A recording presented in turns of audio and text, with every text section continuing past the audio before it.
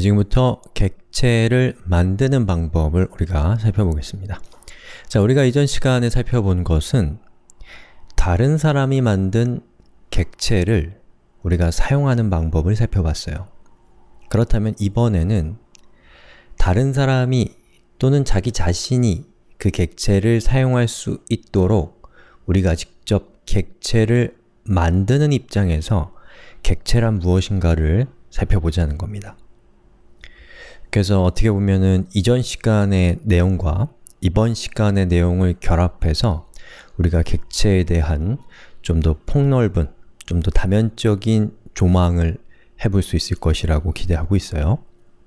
자, 그런데 이제 우리가 이야기를 진행하기 앞서서 여러분들이 좀 잘 기억이 안 날 수도 있어서 제가 다시 한번 클래스와 인스턴스의 관계를 정리를 좀 해보겠습니다. 자, 우선 클래스가 있어요. 그리고 이 클래스라고 하는 것은 어떤 우리가 프로그램을 만드는 과정에서 여러 가지 변수들이 있고 여러 가지 함수들이 있는데 그것들 사이에서 서로 연관되어 있는 변수와 함수를 그룹핑해서 우리가 클래스라고 하는 일종의 수납 공간에 잘 정리정돈해 놓는다 라는 느낌을 가지셨으면 좋겠습니다. 그럼 왜 변수와 함수냐? 왜냐면 한번 잘 생각해 보세요. 프로그램에서 어떠한 정보를 저장하는 그런 그릇, 그게 뭘까요? 변수인 거죠. 그리고 여러 가지 로직, 제가 여기서 얘기하는 로직이라는 건 조건문, 반복문, 더하기, 빼기, 나누기, 또 뭐가 있을까요? 이런 여러 가지 것들이 있었잖아요. 바로 그러한 것들을 연관되어 있는 그런 각각의 로직들을 그룹핑해 놓은 그릇이 일종의 함수인 거죠. 그래서 이 변수와 함수를 서로 연관되어 있는 것들을 모아서 다시 그룹핑한, 다시 패키징한 수납 공간이 클래스라는 느낌을 여러분들이 꼭 가지셔야 됩니다. 자, 그러면 이렇게 만들어진 클래스 자체를 우리가 직접 사용하는 것보다는 이 클래스를 우리가 복제해서, 사실 정확하게는 복제는 아닌데 일단 복사라고 생각하시면 돼요. 자, 복사해서 우리가 뭘 만드나요? 이렇게 클래스와 똑같은 인스턴스들을 만드는 거죠.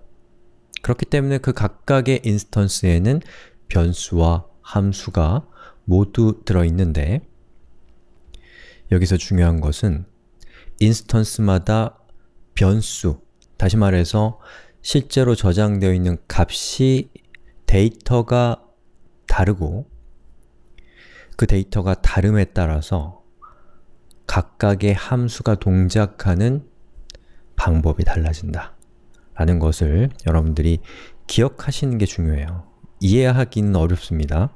이해는 이제 이번 시간에 우리가 이해를 도모할 거고 일단은 기억부터, 그리고 이제 이해를 해봅시다. 아시겠죠? 자, 그리고 용어들 조금만 좀 정리를 하고 넘어가는 게 좋을 것 같은데 우리가 객체라고 하는 것은 사실은 그냥 대부분의 사람들은, 제가 아마 이 얘기를 했을 것 같은데 포괄적으로 객체라고 얘기를 합니다만 조금 더 엄격하게는 인스턴스를 보통 우리가 객체라고 합니다.